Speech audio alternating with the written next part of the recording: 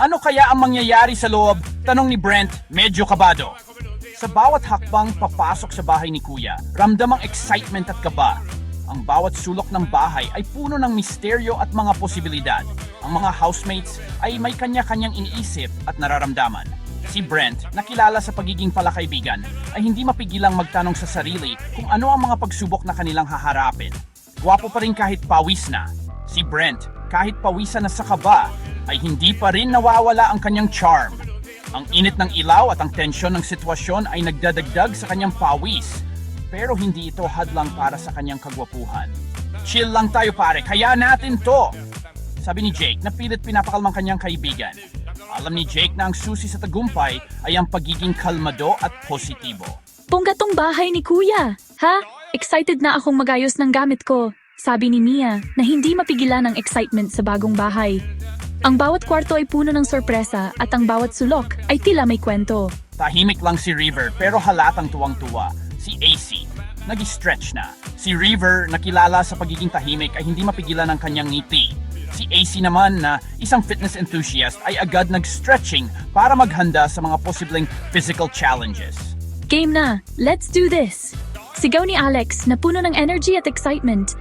Ang kanyang sigaw ay nagbigay ng boost sa moral ng grupo. Sana may karaoke, sabi ni Jake na mahilig kumanta. Ang pagkakaroon ng karaoke ay magbibigay ng pagkakataon sa kanila na mag-relax at mag-enjoy. Si Charlie, naghahanap na agad ng gitara. Si Charlie, na isang musikero, ay hindi mapigilan ang kanyang excitement na makahanap ng gitara para makapag-jamming.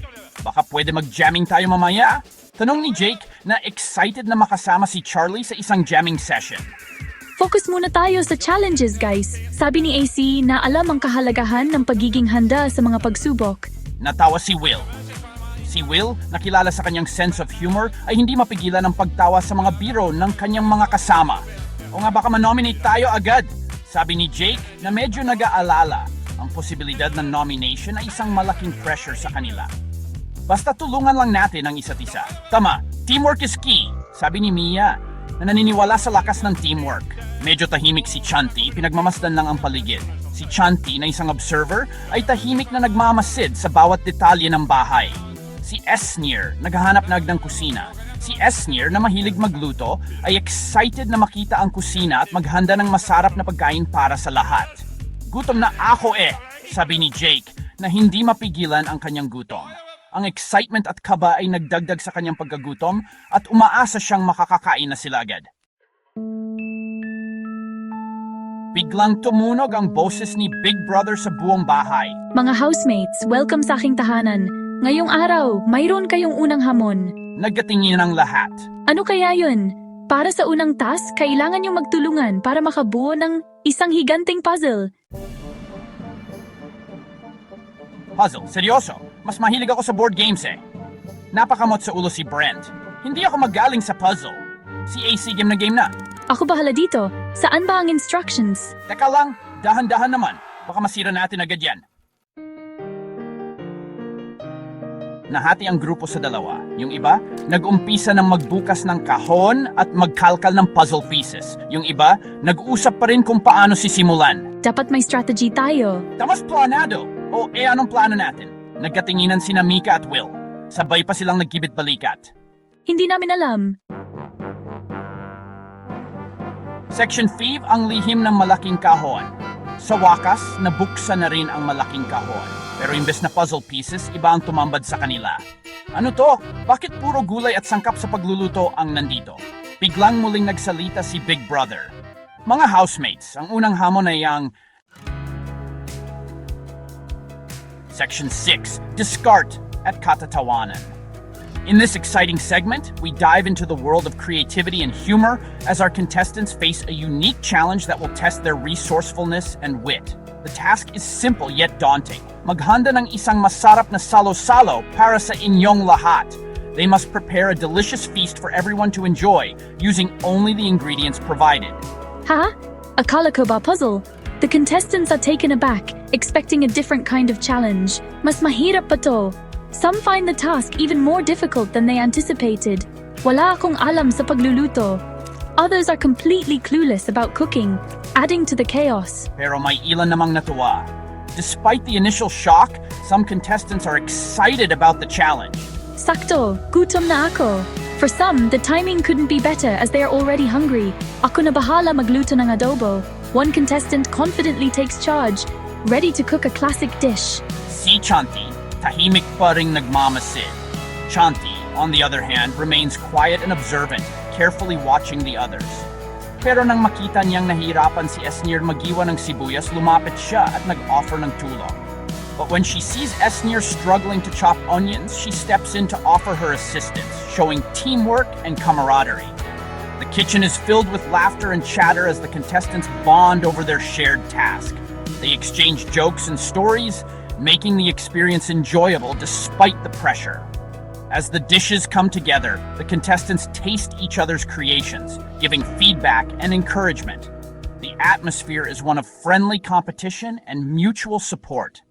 Finally, the feast is ready, and everyone gathers to enjoy the meal they have prepared together. It's a moment of celebration and satisfaction as they savor the fruits of their labor. This challenge not only tested their cooking skills, but also brought them closer as a group. Stay tuned for more exciting moments in Diskarte at Karatawanan. Section 7 Tagumpay. Pero may matutunan kaya? Matapos ang ilang oras na puno ng tawanan, diskarte at konting kastresan, nairaos din ng mga housemates ang unang hamon. Masarap ba? Pwede na!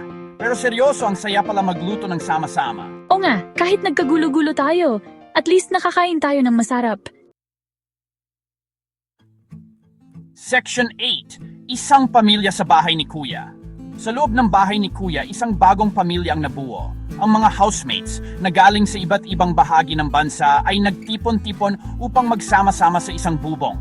Sa kabila ng kanilang pagkakaiba-iba, natutunan nilang magtulungan at magkaisa. Habang kumakain, nagkwentuhan at nagkulitan ng mga housemates. Ang bawat hapunan ay nagiging pagkakataon upang mas makilala nila ang isa't isa. Ang tawanan at kwentuhan ay nagiging tulay upang mas mapalapit sila sa isa't isa. Kahit na magkakaiba sila ng personalidad, nagawa nilang magtulungan para malampasan ang unang hamon. Ang bawat isa ay may kanya-kanyang lakas at kahinaan, ngunit sa tulong ng bawat isa, nagiging mas matatag sila. Alam nyo, parang isang pamilya na tayo dito. Sa bawat araw na lumilipas, mas nagiging malapit tayo sa isa't isa.